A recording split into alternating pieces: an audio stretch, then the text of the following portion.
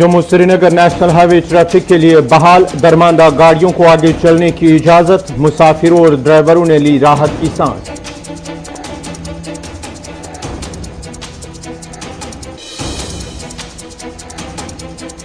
टंगमर्ग में community classes शुरू, बच्चों ने खुशी का किया इजहार। समाजी दूरी और मास्क का हुआ सही इस्तेमाल।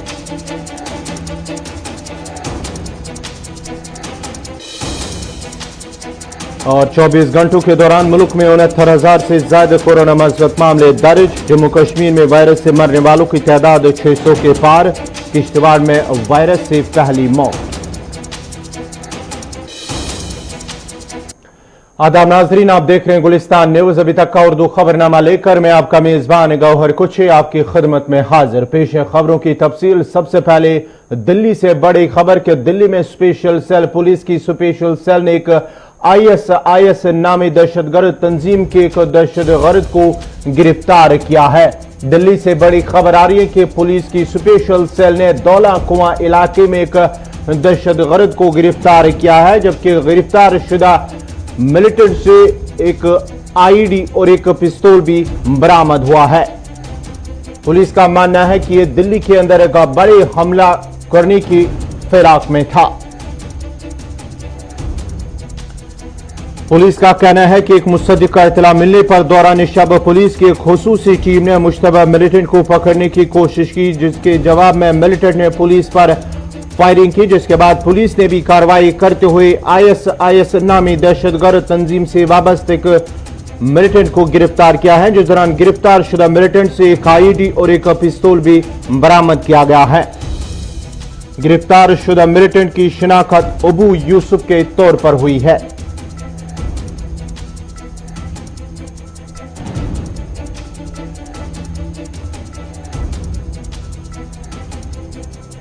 दिल्ली स्पेशल सेल की जानिब से ISIS नामी एक दहशतगर्द को गिरफ्तार किया गया है। दौला कुआं इलाके में पुलिस ने अबू यूसुफ नामी ISIS नामी दहशतगर्द तंजीम से वाबस्ता एक दहशतगर्द को गिरफ्तार करने का दावा किया है।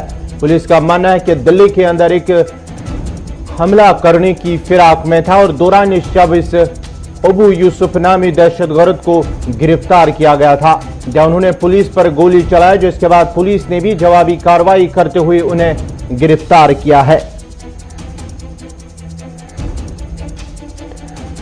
मजीद तफसीलात के लिए हमारे साथ जुड़ चुके हमारे साथी आसिफ रशीद। आसिफ, दिल्ली से बड़ी खबर आ रही है कि दौलत कुआं से एक ISIS नामी एक दहशतगर्द को गिरफ्तार किया गया है। बिल्कुल गौहर, आपको बताते चलें जो आज सुबह सुबह खबर आई, जो पुलिस की तरफ से कार्रवाई की गई दिल्ली पुलिस के स्पेशल सेल की तरफ से, और बताया ये गया शुरुआती रिपोर्ट्स के मुताबिक कि धुआंकुला इलाके के अंदर जहां पर कार्रवाई उस वक्त अमल में लाई गई जब यहां पर मुसद्दिका इत्तला मिली थी और यहां पर फोर्सेज पहुंची, खासतौर से स्पेशल सेल दिल्ली पुलिस के, वो यहां पर कार्रवाई के लिए पहुंची।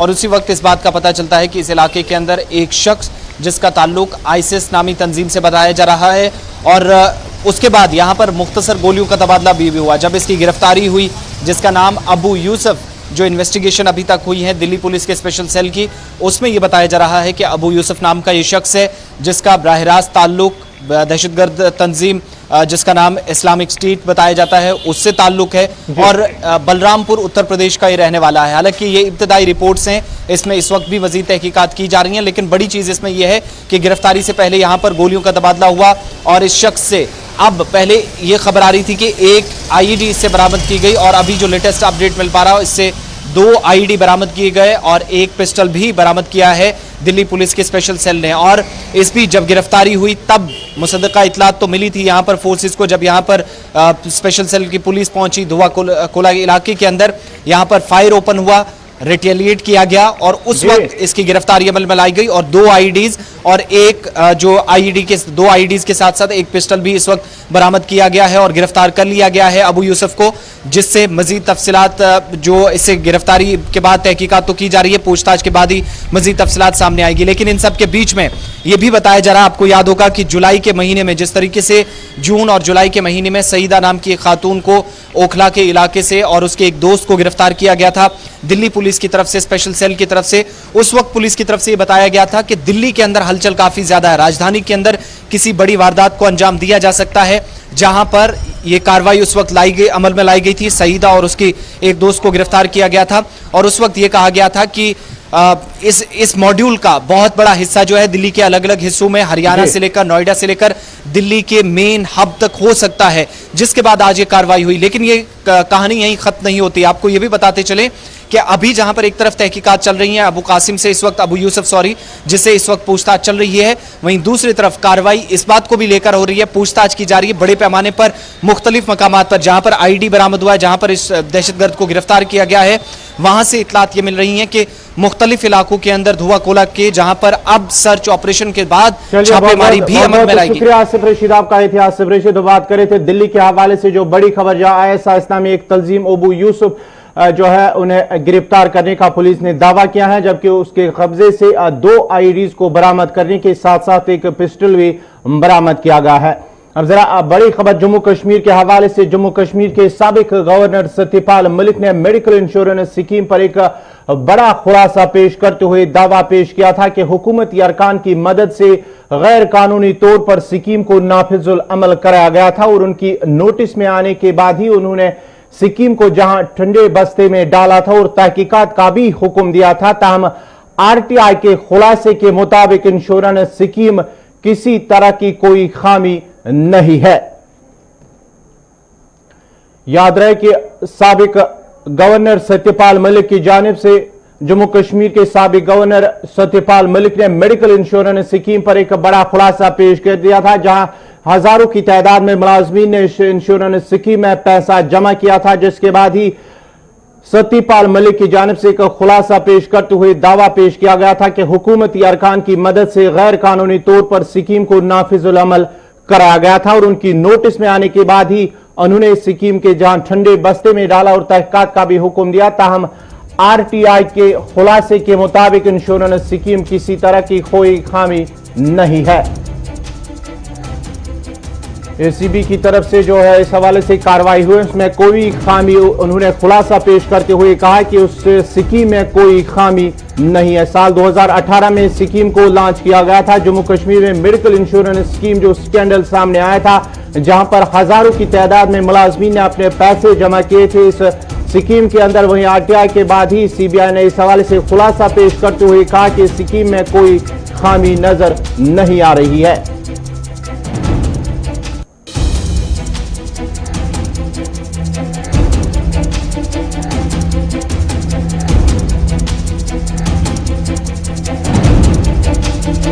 साल 2018 में मामले की तहकीकात हुई थी शुरू जम्मू कश्मीर के हवाले से, जहां साल 2018 के अंदर ही स्कीम को लॉन्च किया गया था, जहां हजारों की तादाद में मुलाजमीन ने पैसे इंश्योरेंस स्कीम के हवाले से पैसे जमा कराए थे। ताहम स्कीम के बाद ही जम्मू कश्मीर के साबिक गवर्नर सत्यपाल मलिक ने इस मेडिकल इंश्योरेंस स्कीम पर एक बड़ा खुलासा पेश करते हुए दावा पेश किया था। इस खबर पर मजीद तफसीलात के लिए हमारे साथ जुड़ चुके हैं एडवोकेट मुजफ्फर अली। मुजफ्फर अली, जिस तरह से इस स्कीम को लॉन्च किया गया, जिसके बाद उसकी तहकीकात हुई और आरटीआई के बाद ही इससे खुलासा हुआ कि इस स्कीम में कोई खामी नजर नहीं आ रही है। जी, बहुत बहुत शुक्रिया आपका इस मौजू पे बात करने के लिए। जी, इस पे मैं पहले ही बता देना चाहता हूँ कि जो रियासत जम्मू व कश्मीर यूटी बनने से पहले हमारे जो गवर्नर थे जम्मू कश्मीर रियासत के, सत्यपाल मलिक साहब, उन्होंने 2018 में ये कहा था कि इस स्कीम में जो मेडिकल इंश्योरेंस स्कीम है, इसमें बहुत बड़ा जो है फ्रॉड हुआ है, इसलिए उस स्कीम को बाद में रद्द कर दिया गया था, खारिज किया गया था। तो इसी सिलसिले में हमने एक आरटीआई एप्लीकेशन फाइल की थी जी, ये डायरेक्टर एंटी करप्शन ब्यूरो के पास। तो एंटी करप्शन ब्यूरो को हमने सवाल जो पूछे थे, उसमें हमने कहा था कि kindly inform the applicant about the status of the probe inquiry into the J&K group mediclaim insurance policy, now commonly known as J&K government employees insurance scheme group Janata personal accident insurance policy scheme, which was made public by the then governor J&K, Shri Satyapal Malik in October 2018. and revoked, cancelled by Finance Department, Government of J&K, जी vide number 555 FD of 2018 dated 28/12/2018। इसके साथ हमने दो सवाल और भी पूछे थे कि also provide the applicant the number of the PVPE, यानी कि preliminary verification oblique preliminary inquiry initiated on the complaint of the Raj Bhavan as made public by the then Governor J&K ji. and the current status of the said PVPE। उसके बाद एक सवाल और हमने इसमें पूछा था कि also provide a copy of the findings inquiry report if any finalized and copy forwarded to the Raj Bhavan। जी तो ये हमने जो आरटीआई फाइल की थी हमने 17/7/2020 को की थी, public information officer office of director anti corruption bureau ji. Srinagar को। तो इस सिलसिले में इस आरटीआई का जवाब जो है कल मौसूल हुआ हमें। इसमें एंटी करप्शन ब्यूरो के जो सीनियर पीओ हैं, सेंट्रल पब्लिक इंफॉर्मेशन ऑफिसर, जी उन्होंने जवाब दिया है। उन्होंने लिखा है, sir please refer to your RTI application received by this office GRC number 6063 dated 29/7/2020 regarding the subject cited therein. In this regard, the point was information is submitted as under। लिखते हैं पॉइंट नंबर 1 to 3, यानी तीनों सवालों का एक ही जवाब लिखा है इन्होंने। उसमें लिखा है an open verification number C2 2018 was initiated जी on the basis of a communication received from GAD J&K जी with J&K Group Medical and Insurance Policy। ये जो जवाब इस प्रोब के बारे में इसके आगे लिखते हैं, during the course of probe no irregularity was found।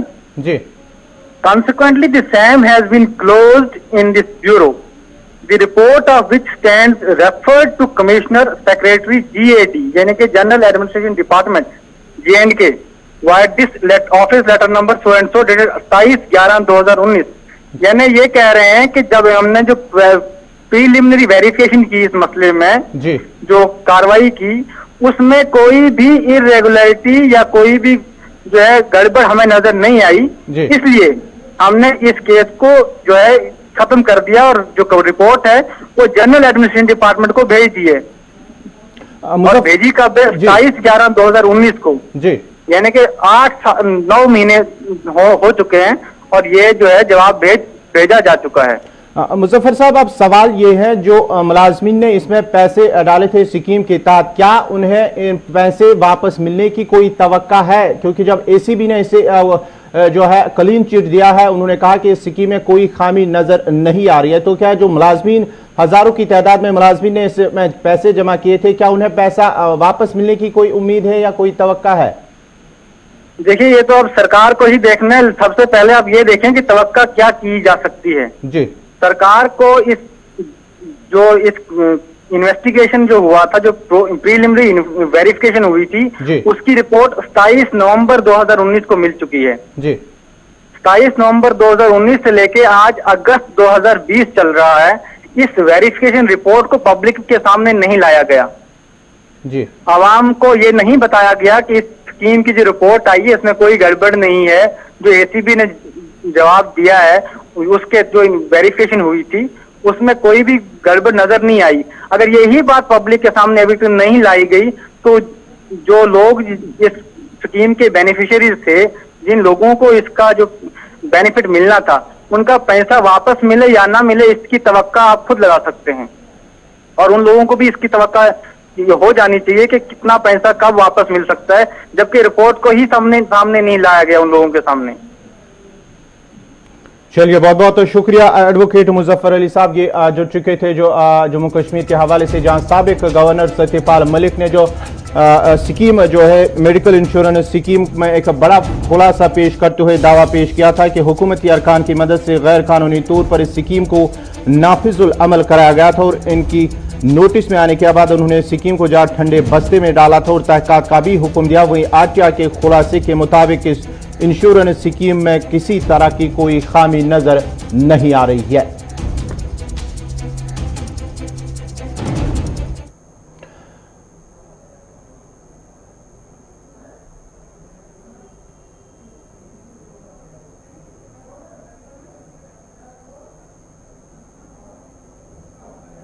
अब बात श्रीनगर जम्मू कौमी शाहरा की। श्रीनगर जम्मू कौमी शाहरा आज ट्रैफिक के लिए बहाल हुआ, जिस दौरान शाहरा पर दरमांदा मुसाफिर और मालबरदार गाड़ियों को आगे जाने की इजाजत दी गई है। याद रहे कि रामबन में पत्थर और पसिया गिराने की वजह से शाहरा गुज़श्ता रोज गाड़ियों की आमदरफ्त के लिए बंद कर दी गई थी, जिसके बाद अगरचे इंतजामिया की जानिब से शाहरा को बहाल करने के लिए पसिया हटाने का काम भी जारी किया, ताहम बारिश की वजह से पसिया और पत्थर हटाने के काम में खलल पड़ गया था।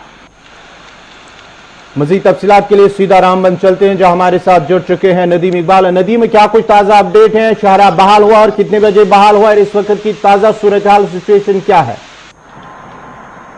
गौहर, जिस तरह से हम श्रीनगर जम्मू नेशनल हाईवे की बात करें तो हमने देखा था कि गुज़श्ता 2 दिनों बारिश की वजह से बानिहाल और रामबन सेक्टर पर श्रीनगर जम्मू नेशनल हाईवे पर कई मकामात पर पस्सियां और पत्थर गिरने का सिलसिला शुरू हो गया था, जिस वजह से गाड़ियों की आमदोरफ्त ठप होकर रह गई थी। वहीं एडमिनिस्ट्रेशन की और जो क्लियरेंस एजेंसीज हैं उनकी कोशिश थी कि जल्द से जल्द श्रीनगर जम्मू कौमी शाहरा को गाड़ियों की आमदोरफ्त के लिए बहाल किया जाए। अभी की हम बात करें तो अभी श्रीनगर जम्मू कौमी शाहरा पर पस्सियां हटाकर और जो पत्थर गिरने का सिलसिला था वो रुक गया। उसके बाद पस्सियां हटाकर आज करीब 10 बजे के करीब जो है दरमांदा गाड़ियां जो भी श्रीनगर जम्मू नेशनल हाईवे पर मुख्तलिफ मकामात पर थी उन्हें अपनी अपनी मंजिलों पर करने की इजाजत दी गई है। मौसम की बात करें तो मौसम एकदम खुशगवार है। जहां तक हमारी हुकाम से बात हो पाई तो उनका ये मानना है कि जैसे ही स्टैंडर्ड व्हीकल्स को अपनी अपनी डेस्टिनेशन की तरफ रवाना किया जाएगा, रोड क्लियर होगी, उसके बाद ही फैसला लिया जाएगा कि क्या वादी कश्मीर से जम्मू की तरफ गाड़ियों को चलने की इजाजत होगी या नहीं। क्योंकि गौहर, एक चीज मैं बताता चलो, हमने अक्सर देखा है कि जब बारिश होती है, बारिश के बाद जब मौसम साफ होता है तो पस्सियां गिरने का सिलसिला शुरू हो जाता है और पत्थर गिरने का सिलसिला है वो भी कहीं ना कहीं देखने को मिलता है। आज फैसला उस कंडीशन में लिया जाएगा। मौसम खुशगवार है, अगर कहीं ताजा पस्सियां नहीं आती है, पत्थर नहीं गिरते हैं तो आज गाड़ियों को वादी कश्मीर से जम्मू की तरफ चलने की इजाजत होगी। जी चलिए, बहुत बहुत शुक्रिया। रामबन से नदीम इकबाल बात कर रहे थे, जहां आज जो है 10 बजे के करीब श्रीनगर जम्मू कौमी शाहरा ट्रैफिक के लिए बहाल हुआ और इस वक्त जो है दरमांदा गाड़ियां हैं, मालबरदार और मुसाफिर गाड़ियां, उन्हें अपनी अपनी मंजिल की तरफ रवाना किया गया है। अरे तुम तो पंजाब गए, उसको बोल रहा हूँ। बोटेंगू सोगम अनंतनाग में गुज़श्ता रोज नदी में गर्क़याब हुए कमसिन की लाश को आज सुबह शेख तकिया से बरामद किया गया है। वाज़ेह रहे कि गुज़श्ता रोज सोगम अनंतनाग में सोहेब नामी कमसिन मकान की छत से नदी में गिर गया था, जिसके बाद रात देर गई तक SDRF और मकामी लोगों की जानिब से बचाव कार्रवाई जारी रही, ताहम कमसिन की लाश बरामद न हो सकी और आज सुबह नजदीकी गांव शेख तकिया से कमसिन की लाश को बरामद किया गया है।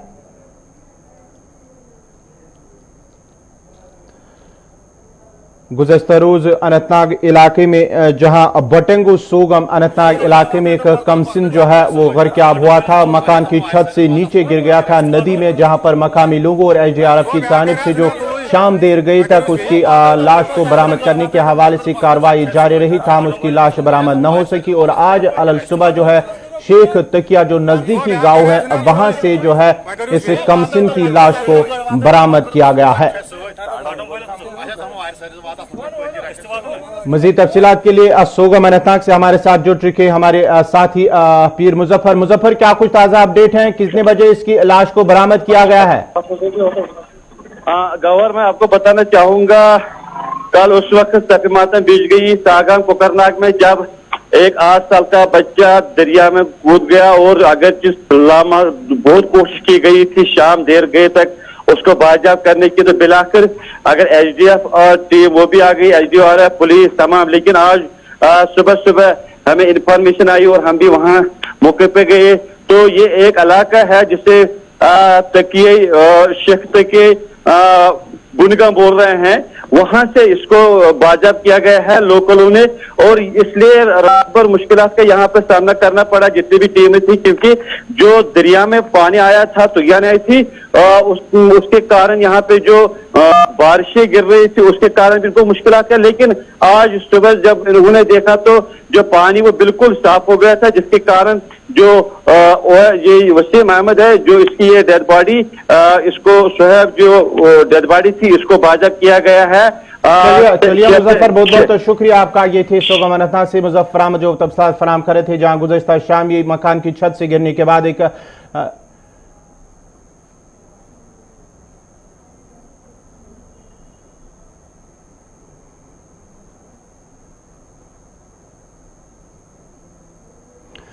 अब बड़ी खबर आ रही है जम्मू सूबे से। कोरोना के हवाले से बड़ी खबर आ रही है। कोरोना मुतासरीन के हवाले से आज जम्मू सूबे में 4 लोगों की मौत वाक़या हुई। आज अलग सुबह जम्मू सूबे से बड़ी खबर आ रही है। पूंछ, साबा और डोडा से एक मरीज, जबकि किश्तवाड़ से भी एक मरीज की मौत हुई है। मुतासरीन की मौत जम्मू सूबे के 4 अलग अलग हिस्सों से जो है कोविड-19 के हवाले से कोविड मुतासरीन की 4 अफराद की मौत वाक़या हुई है। डोडा, सांबा, पूंछ और किश्तवाड़ से 4 जो है कोरोना वायरस से मौत वाक़या हुई है। मजीद तफसीलात के लिए सीधा किश्तवाड़ चलते हैं अजय शान के पास। अजय, क्या कुछ ताजा अपडेट है कोविड से पहली मौत किश्तवाड़ के अंदर?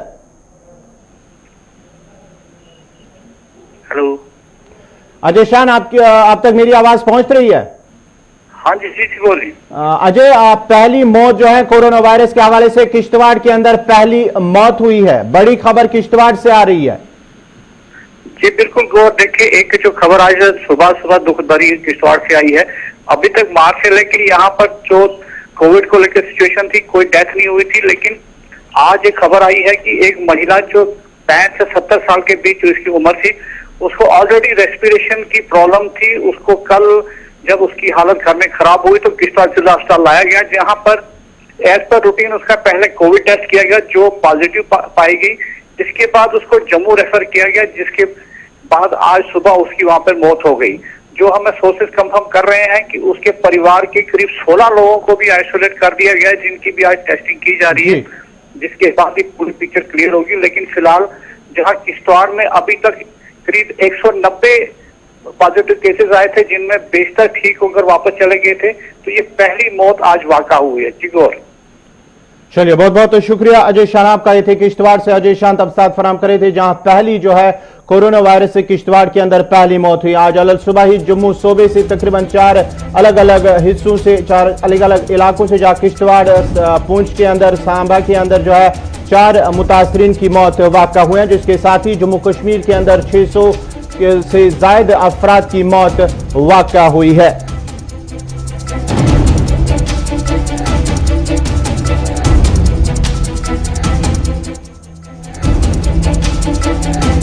जिला बारामूला से एक बड़ी खबर आ रही है। शुमाली कश्मीर के बारामूला से बड़ी खबर। फौज और पुलिस ने सालूसा गांव का किया मुहासरा।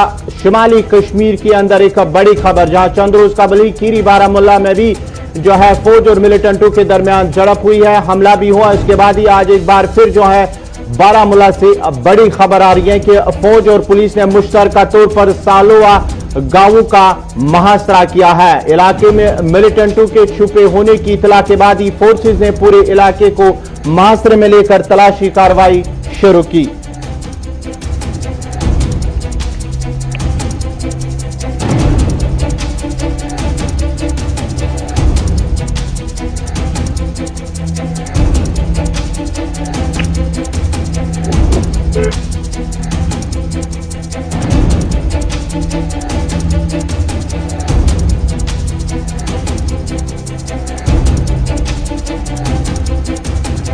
मजीद तफसीलात के हमारे साथ जुड़ चुके हैं बारामूला से इरशाद अहमद। इरशाद, क्या कुछ ताजा अपडेट है जिला बारामूला से? बड़ी खबर के सालोला इलाके में फोर्सेस की तरफ से जो है मुहासरा तलाशी कार्रवाई बड़े पैमाने पर।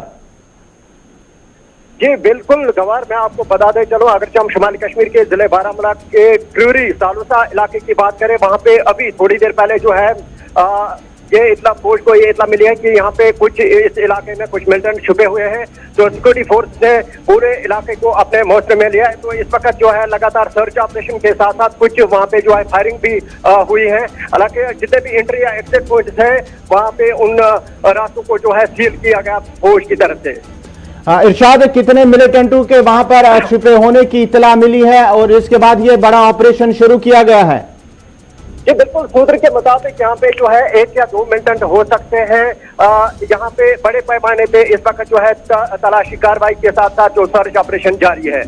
इरशाद, जरा ये भी बताएगा कि ये जो मिलिटेंट वहां पे मौजूद हैं, क्या रिहायशी इलाके में मौजूद हैं, क्या कि बागात में जो मौजूद है, या कि किसी जंगली इलाका जो है वहां पे मिलिटेंट मौजूद होने की खबर है?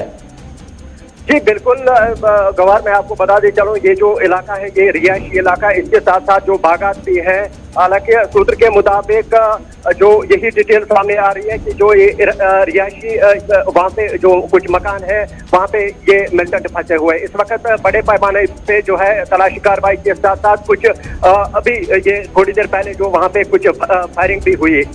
चलिए, बहुत बहुत शुक्रिया इरशाद अहमद आपका। ये थे बारामूला से कीरी। अब बारामूला से जो खबर बड़ी आ रही है कि वहां पर फोर्सेज की जानिब से पुलिस, फौज और सीआरपीएफ की मुश्तरका कार्रवाई के दौरान मिलिटेंटों की मौजूद होने के बाद ही वहां पर एक बड़ा ऑपरेशन शुरू किया गया। तमाम जो जराए से खबर आ रही है कि वहां पर गोलियां चलने की आवाज भी सुनी गई है।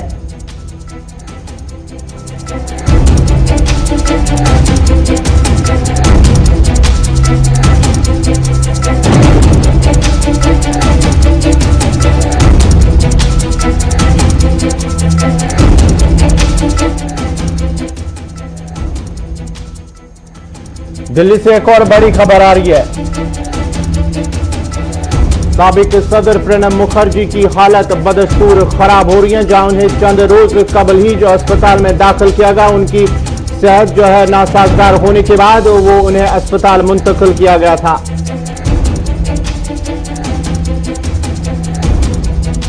साबिक सदर प्रणब मुखर्जी की हालत जो है बदस्तूर नाजुक होती जा रही है। दिल्ली से बड़ी खबर आ रही है कि साबिक सदर प्रणब मुखर्जी की हालत जो है वो बदस्तूर खराब होती जा रही है।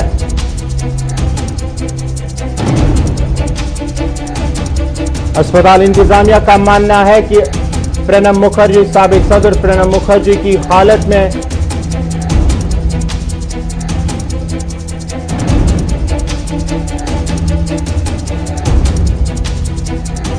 साबिक सदर प्रणब मुखर्जी की हालत में, उसकी सेहत में कोई सुधार देखने को अस्पताल इंतजामिया का मानना है कि उनकी सेहत में फिलहाल कोई जो है बेहतरी नजर नहीं आ रही है।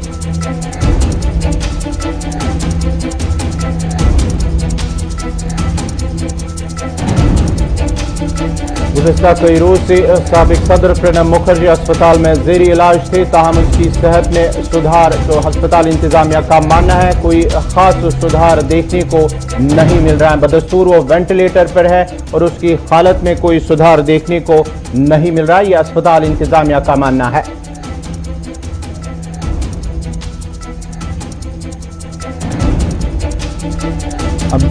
लाइन ऑफ कंट्रोल से एक और बड़ी खबर आ रही है, जहां पाक भारत अफवाज के दरमियान लाइन ऑफ कंट्रोल या बैन अल-अक़वामी सरहद पर जो है कशीदगी बदस्तूर जारी है। हीरानगर सेक्टर में शदीद गोलाबारी पाक भारत अफवाज के दरमियान। फौज का कहना है कि पाकिस्तान ने जंग मादे की खिलाफ वर्जी करते हुए भारतीय चौकियों को निशाना बनाते हुए बिला इश्तियाल फायरिंग की, जहां शेलिंग के साथ साथ गोलाबारी का भी सिलसिला जो अभी भी जारी है। गुज़श्ता रोज भी मनकूट सेक्टर में पाक भारत अफवाज के दरमियान गोलाबारी का सिलसिला जारी है। वहीं पर पूंछ के हीरानगर में शदीद गोलाबारी की वजह से कई मवेशी भी जो है हलाक हुए, जबकि कई रिहायशी मकानों को भी काफी नुकसान पहुंचा है। लाइन ऑफ कंट्रोल के साथ साथ बैन अल-अक़वामी सरहद पर भी जो है पाक भारत अफवाज के दरमियान गोलाबारी का सिलसिला जारी है। मजीद तफसीलात के लिए सीधा को सुबह चलते जहां हमारे साथ जुड़ चुके हैं सरबजीत, क्या कुछ ताजा अपडेट है? जी बिल्कुल, पाकिस्तान की ओर से लगातार हीरानगर सेक्टर में जो गांव के लोग हैं उनको टारगेट कर वहाँ पे शेलिंग की जा रही है। लगातार रिहायशी इलाकों को पाकिस्तान टारगेट कर रहा है। आपको बता दें कि पिछले 3-4 दिन से लगातार हैवी शेलिंग पाकिस्तान की ओर से की जा रही है और टोल मात्राएं चांदमा के सहित कई अन्य गाँव हैं जो पूरी तरह से जो फायरिंग की जद में आए हैं। और आज की जो फायरिंग हुई है उसमें कुछ घरों को नुकसान पहुंचा और कुछ मवेशी इसमें जख्मी हुई। आपको बता दें कि देर रात पाकिस्तान की ओर से अचानक शेलिंग शुरू कर दी जाती है जो सुबह तड़के तक जारी रहती है। सरबजीत जरा ये बताएं इस वक्त किस तरह की सिचुएशन है, क्या इस वक्त भी गोलाबारी हो रही है? जी आपको एक चीज और मैं बता दूं कि पाकिस्तान के और भारत के जो अंतर्राष्ट्रीय बॉर्डर है उसके समीप एक तारबंदी के पास कोई काम चल रहा है जो रात के समय वहां पर शुरू होता है। और जैसे ही वो काम शुरू किया जाता है तो पाकिस्तान की ओर से वहां पर शेलिंग शुरू कर दी जाती है और सुबह जैसे ही काम बंद किया जाता है तो पाकिस्तान की ओर से शेलिंग भी बंद की जाती है। अब यहाँ के जो ग्रामीण हैं लोगों का कहना है कि अगर इस इंटरनेशनल बॉर्डर के पास अगर काम करना है तो हम लोगों को थोड़ा पीछे हटा दिया जाए ताकि हम लोग फायरिंग की जो रेंज से है बाहर आ जाएं और आराम से आप लोग अपना काम कर लीजिए और जब ये काम कंप्लीट हो जाता है तब हम लोग वापस आ जाएंगे। तो ये कुल मिलाकर जो देखें जो जिस तरह से अंतर्राष्ट्रीय सीमा पर काम चल रहा है उसी को लेकर पाकिस्तान घबराया हुआ है और पाकिस्तान लगातार वहाँ पे सीज़फायर वायलेशन कर रहा है। चलिए बहुत बहुत शुक्रिया सरबजीत आपका। ये थे कठुआ से सरबजीत जो तफसात फराम करे थे। कठुआ के हीरा नगर इलाके में पाक भारत अफवाज के दरमियान गोलाबारी का तबादला, जहां पाकिस्तान की फायरिंग से कई रिहायशी मकानों को नुकसान पहुंचा जबकि कई मवेशी भी हलाक हुए हैं।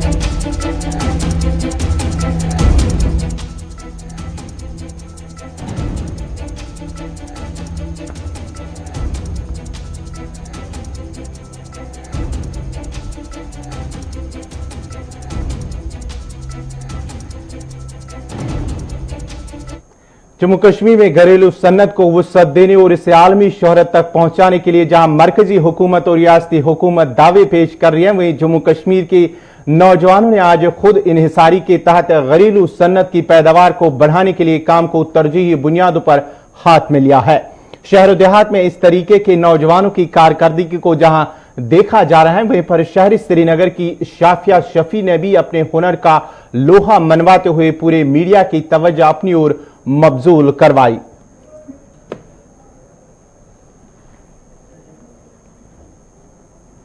टाइम पहले से मैंने स्टार्ट किया अपना ऑनलाइन पेज, जहाँ पे मैंने अपनी पेंटिंग्स अपलोड करना स्टार्ट किया और मैं ज़्यादातर एक्सप्रेशन बेस्ड आर्ट करती हूँ, म्यूरल्स करती हूँ और एब्स्ट्रैक्ट्स करती हूँ। सो मैंने ये जो आर्ट है मैंने काफ़ी टाइम से स्टार्ट किया हुआ है और अब लोग काफ़ी ज़्यादा पसंद करने लगे हैं इस चीज़ को। और अभी कोविड का लॉकडाउन चल रहा है तो उस वजह से मैंने भी काफ़ी ज़्यादा ऑर्डर्स आ रहे हैं मेरे पास आर्ट को लेके, तो मैंने वो काम करना स्टार्ट किया इस लॉकडाउन पीरियड। जी मेरा मास्टर्स हो गया है लास्ट ईयर, सो अभी मैं आर्ट के साथ फुल टाइम रिलेटेड हूँ। मैं एज फ्रीलांस आर्टिस्ट काम करती हूँ कश्मीर में और लॉकडाउन का मेरा यही एक फॉर्मूला था कि मुझे आर्ट करना था, वो मेरी मेंटल स्टेट के लिए काफ़ी ठीक था, तो मैंने सोचा कि इसी में अपना टाइम इन्वेस्ट करूँ। मैं बस ये बोलना चाहूँगी कि आज के यूथ को बोलना चाहूँगी पर्टिकुलरली जो काफ़ी ज़्यादा अच्छा कर रहे हैं अपने हर किसी फील्ड में। सो मैं उनको ये मैसेज देना चाहूँगी कि अगर आपको लगता है आप किसी फील्ड में काफ़ी अच्छा काम कर रहे हैं या किसी चीज़ के थ्रू खुद को एक्सप्रेस कर पा रहे हैं, आप उस चीज़ में ज़्यादा इन्वेस्ट कीजिए। नो डाउट आपकी स्टडीज़ इंपॉर्टेंट है, बट ये भी बहुत एक इम्पॉर्टेंट चीज़ है जिस वजह से आपको पीस मिले, आप वो चीज़ कीजिए क्योंकि ये एक इंसान की हेल्थ के लिए काफ़ी ज़रूरी है।